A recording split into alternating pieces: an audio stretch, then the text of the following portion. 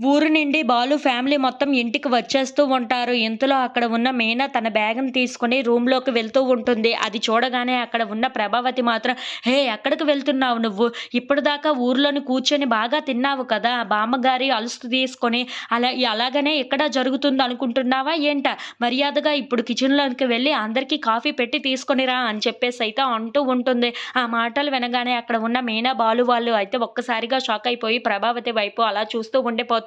ఇంతలో అక్కడ ఉన్న ప్రభావతి మాత్రం, "ఇది నా ఇల్లు. ఇక్కడ నేను చెప్పినట్లుగానే జరగాలి. ఇప్పటిదాకా నీకు నచ్చినట్లుగా జరిగింది గానీ, ఇప్పుడు మాత్రం నేను చెప్పినట్లుగానే నువ్వు వినాలి. ఇది నా ఇల్లు" అని చెప్పేసైతే అంటూ ఉంటుంది. ఇంతలో అక్కడ ఉన్న మీనా మాత్రం, "ఇది నా ఇల్లు కూడాను" అని చెప్పేసైతే అంటూ ఉంటుంది. ఆ మాటలు వినగానే అక్కడ ఉన్న ప్రభావతి అయితే ఒక్కసారిగా షాక్ అయిపోయి అలా మీనాని చూస్తూ ఉండిపోతుంది. ఇంతలో అక్కడ ఉన్న మీనా మాత్రం, "ఏంటి?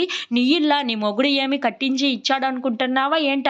మా నాన్న నాకు ఇచ్చిన ఇల్లు. మా నాన్న కష్టజీతం ఈ ఇల్లు" అని చెప్పేసైతే అంటూ ఉంటుంది. ఇంతలో అక్కడ ఉన్న మీనా, "సరే మీకు కావాల్సింది కాఫీయే కదా!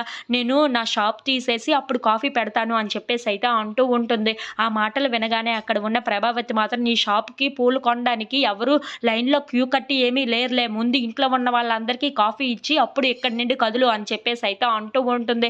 ఆ మాటలు వినగానే అక్కడ ఉన్న బాలు అయితే ప్రభావతి దగ్గరికి వెళ్తూ ఉంటాడు. ఇంతలో ప్రభావతి ఒక్కసారిగా వెనక్కి తిరుగుతూ ఉంటుంది. అక్కడ ఉన్న బాలుని చూసి ఒక్కసారిగా షాక్ అయిపోయి, "ఏంట్రా భూతంలాగా అలా చూస్తున్నావు?